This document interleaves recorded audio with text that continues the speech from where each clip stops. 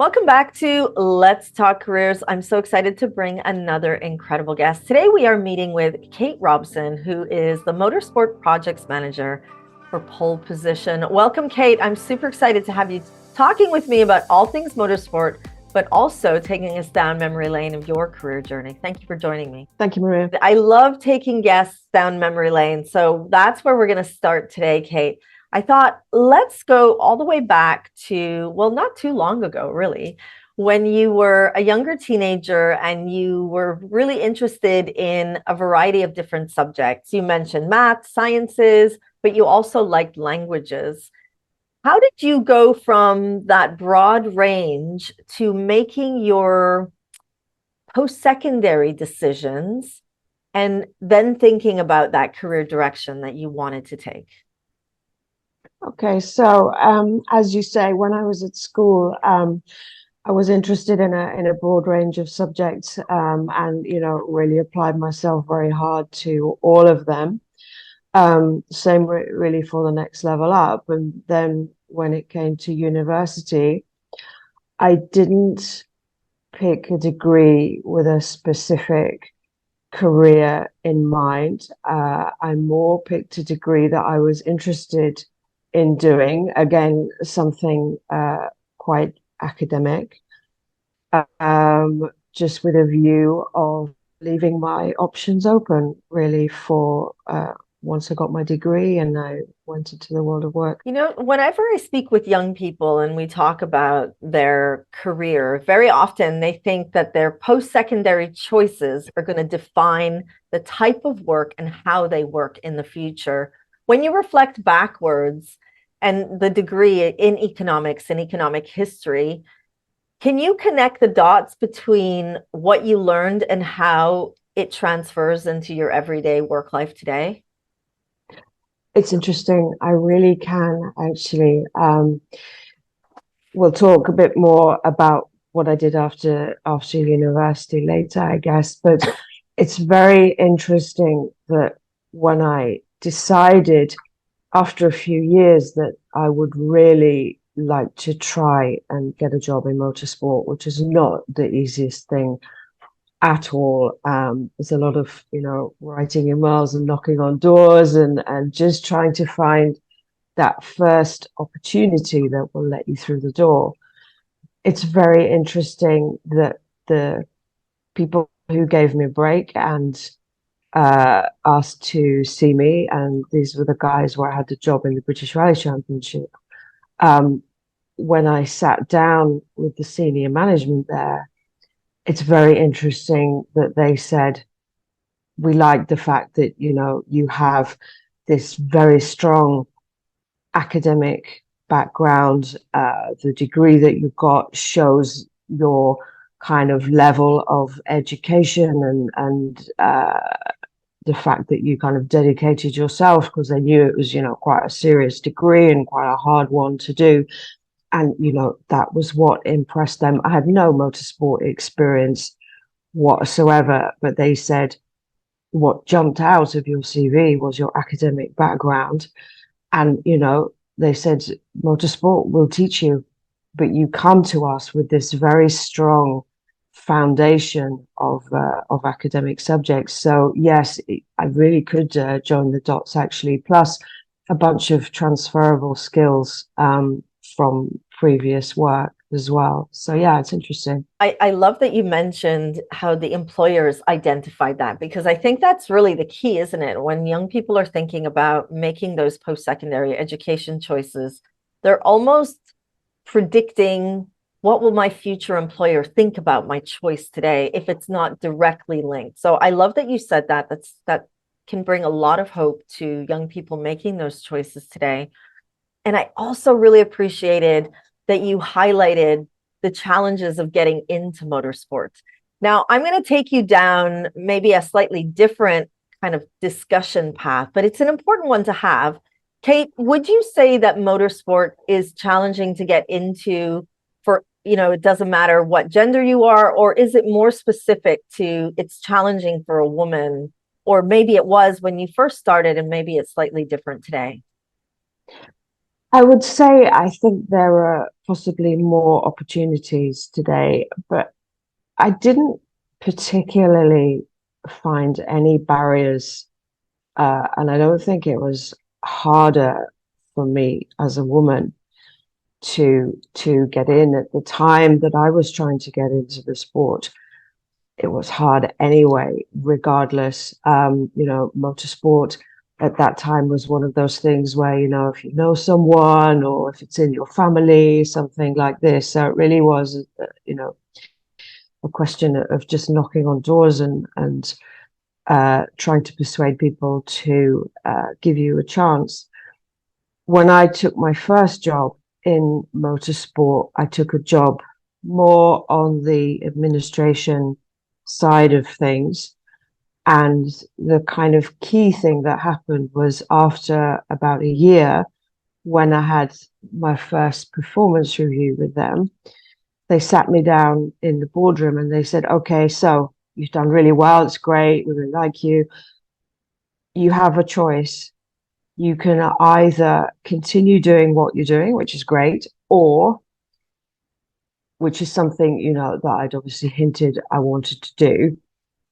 You can take this other path and you can really get into the more kind of team coordination, really, really get involved, start traveling with the team, doing logistics, doing the really, nitty gritty motorsport, totally immersed in the event. So basically, they put me at a fork in the road and they said, you can go this way or you can go this way. And obviously I took the more challenging path, and I was lucky that there were nice people there who would come in on a Saturday morning and teach me how to calculate how much fuel to put in the car for a particular rally stage, teach me how to do all the maps and everything, all the technical stuff that I didn't know, but had the background to be able to learn it. And that was really what properly kicked off my motorsport career.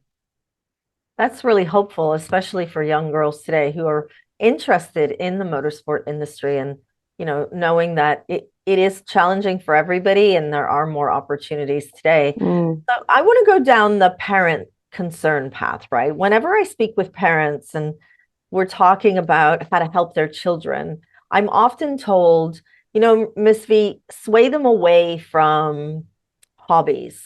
And racing cars is like one of those hobbies. Motorsports is another, really big hobby. And parents are concerned that there's no career future for them. But looking at your experiences in motorsport, from competing in the British Rally Championship, being that coordinator, working in logistics for the Ford World Rally team, working with one of the top Formula One PR and hospitality companies, working for the Red Bull Formula One and lifestyle magazines in logistics and office management, working in FIA, world governing body of motorsport, for 10 years, and then setting up your own consultancy and focusing mostly on motorsport here with Pole Position. I'm like blown away by these opportunities and the immense opportunity for a young person to get into a very wealthy industry. Now, I'm not saying that everyone that goes in is extremely wealthy, but what I am saying is, hey, there are opportunities. How would you respond to a parent that might say, Kate, I really want my child to take a safer route, and I think the motorsport is a great hobby. They can do it as a hobby, but please don't encourage them to go down that career path. How would you respond to that? Yeah. So yeah, they don't. First of all, they don't have to be a competitor to have motorsport as a career. I've never been a competitor. I didn't go that route. Yes, there's plenty of people in motorsport who have been competitors, and when they stop competing, they've gone into another area of the sport, or they've done the two things side by side. But I've never competed, so it's not a prerequisite that you have to be a competitor in order to have a motorsport career. I completely understand what you're saying. Yeah, it's not the it's not the most career for life. One job. It's not necessarily the one job for life But it's very structured. There are huge opportunities, and these days I'm not sure it's any less safe than any other career, really. It's the same principles that you get in, you prove what you can do, you rise up either through a company or you move to another company in a higher position.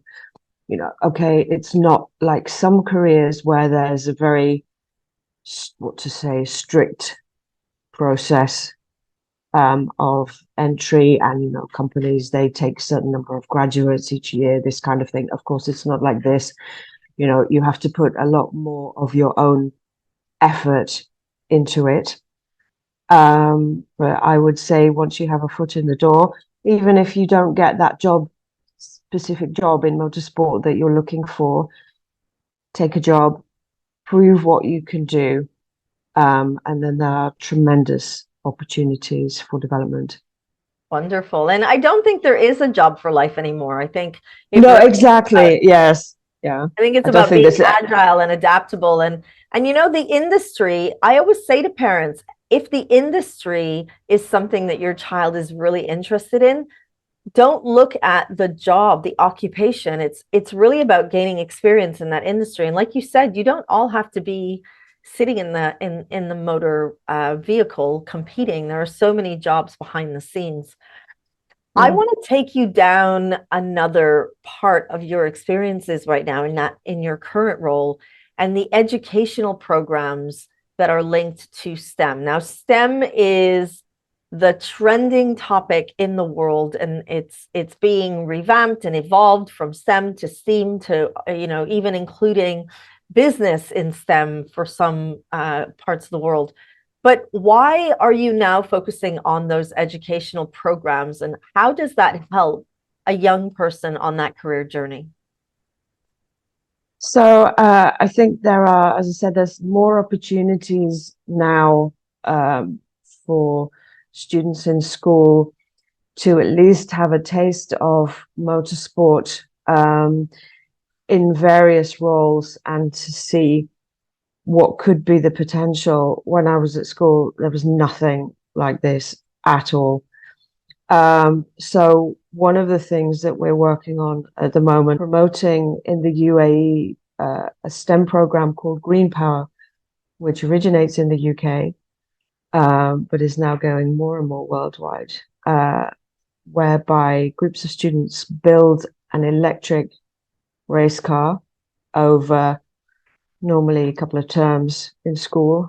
And then at the end, we will organize a race final where they can compete against each other.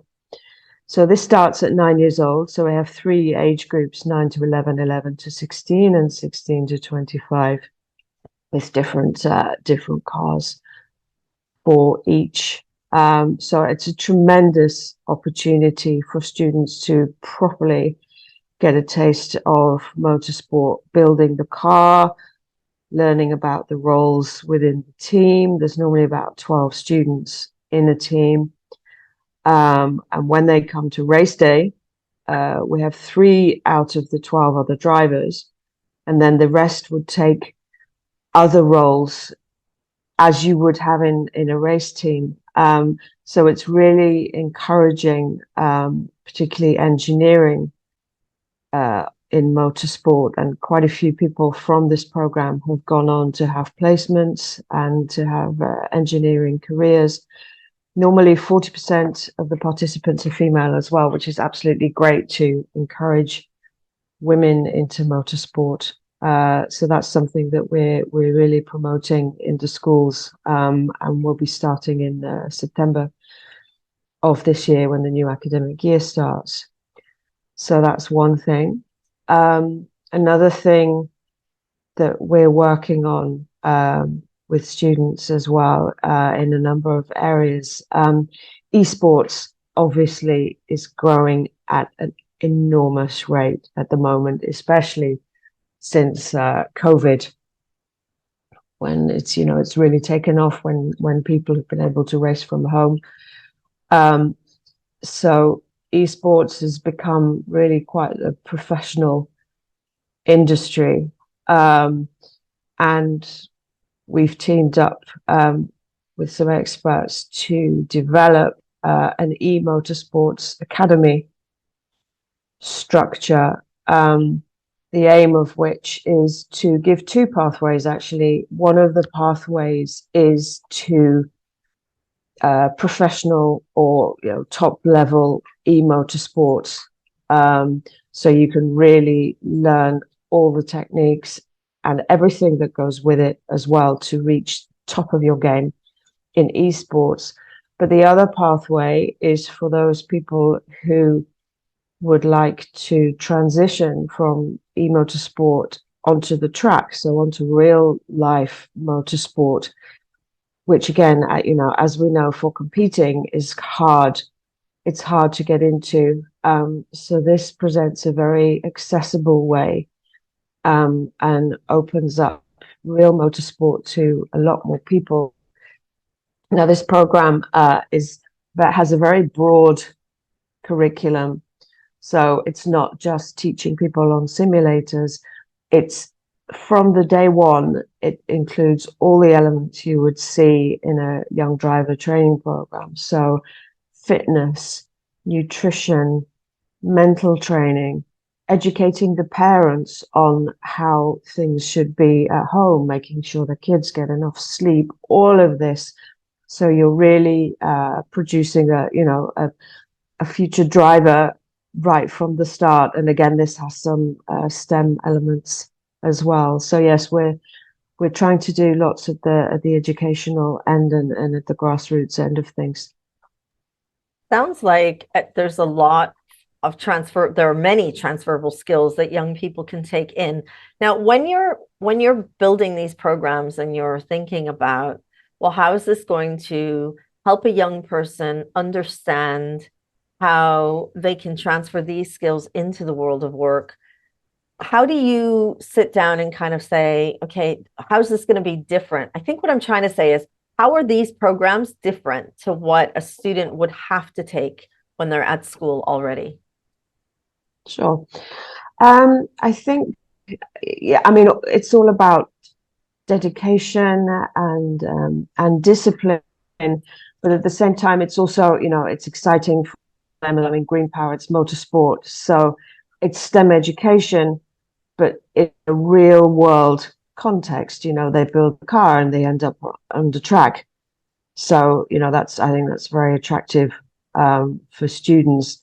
Same for the Racing Academy. They're learning a huge amount in terms of life skills and discipline and the way to be, which I think transfers very well to the world of work, whether that be a motorsport career or maybe not a motorsport career.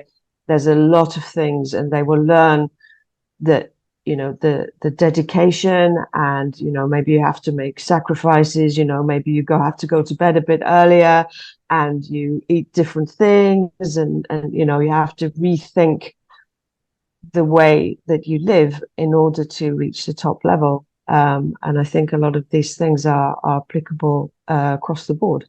I could talk to you forever, but I know that we have to bring this to a close in a couple of minutes. So let's weigh into your top 3 career tips. You mentioned that gaining a high standard of education across all academic subjects is one of your tips. Determination is number 2, and being aware of transferable skills and the importance of them is your number 3. I love them. I love them. I love them. But your number 1 is very interesting in today's world, where education is being criticized, and you have 2 ends of the spectrum. You have the naysayers saying education is outdated, stop pushing kids into school, they don't need it for work. And you have the other end of the spectrum of individuals saying, keep educating yourself. You need education. It is so incredibly important. And don't look at it as a linear experience. Look at it as important transferable skills. Where do you sit on that spectrum? I have found that the education I gained at school has been incredibly valuable. So I still stand by what I say, that, you know, the gaining of a broad academic education is extremely important. It demonstrates to prospective employers a lot of skills and attitude, as well, which I think is, you know, is a strength that students can bring to whatever career. And like I said to you, it got me in the door of a very good motorsport company, and basically started my motorsport career when I had no practical motorsport experience whatsoever. But they could see through that, and they could see to the education I'd had, you know, from secondary through to university, and they saw that as a big strength. So I would still say that, yeah, education is very valuable.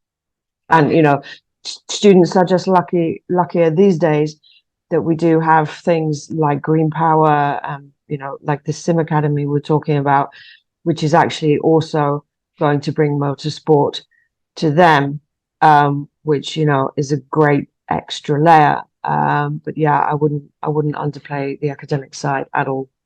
Wonderful. Love it, love it, love it. Thank you so much, Kate, for being here with me today and for talking about your incredible career journey, and also about these wonderful initiatives that you're all taking at Pole Position. And that brings us right to the end of another incredible career conversation. We were speaking with Kate Robson, who is the Motorsports Project Manager at Pole Position. She talked to us about how she made her career choices, the experiences that she had along the way, and of course, the wonderful initiatives that Pole Position are bringing into schools across the United Arab Emirates. And we will see you at our next Let's Talk Careers with Ms.V.